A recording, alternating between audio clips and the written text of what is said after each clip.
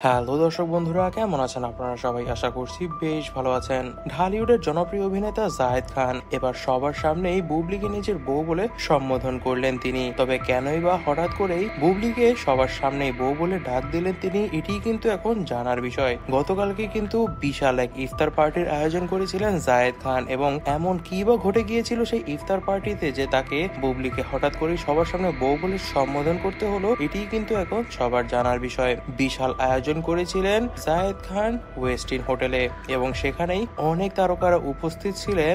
জায়েদ খানের আমন্ত্রণে জানা যাচ্ছে এফডিসির অনেক বড় বড় তারকারাও ছিল সেখানে উপস্থিত, যাদের মধ্যে বিশেষ উল্লেখযোগ্য হচ্ছে মিশা সওদাগর, দীপজল, পরিমণি সহকারে অনেকেই। অতিথিদের সঙ্গে আড্ডা দিচ্ছিলেন জায়েদ খান এবং শবনম বুবলি। হঠাৎ এক পর্যায়ে মাইক্রোফোন হাতে নিলেন জায়েদ খান, আর সবার সামনে হঠাৎ করেই তিনি বলে উঠলেন, আমার বউ বুবলি, এবং সবাই বুবলির জন্য জোরে হাততালি দিবেন, কারণ সে একজন অভাবনীয় ব্যক্তি এবং তার মতন মানুষ হতেই পারে না, তাই তার জন্য আমাদের আজকের দিনটি আমি রেখে দিচ্ছি। এই কথা শোনার পরপরই লজ্জায় মুখ লুকিয়ে ফেলেন বুবলি।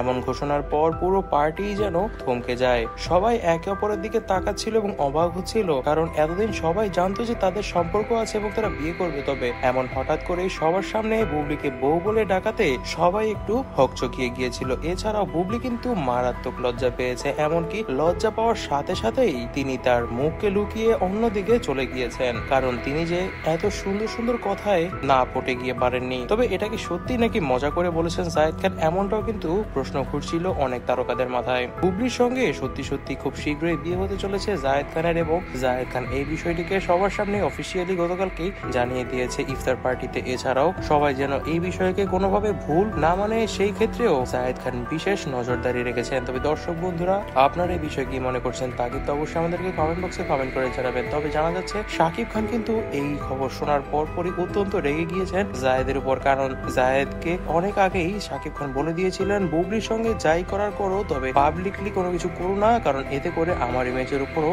অনেক সমস্যা আসে।